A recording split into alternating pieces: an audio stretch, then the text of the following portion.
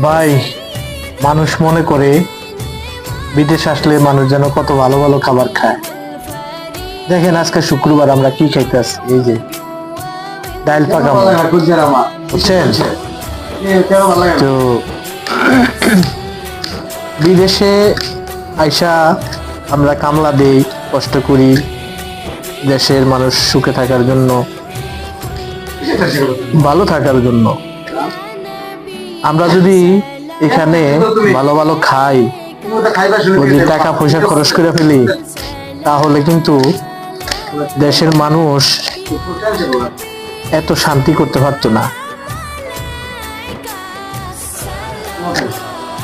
প্রবাসীরা সবসময় তার ফ্যামিলির জন্য চিন্তা করে, ফ্যামিলির কথা ভাবে, আর ফ্যামিলির জন্যই তারা সব ত্যাগ স্বীকার করে।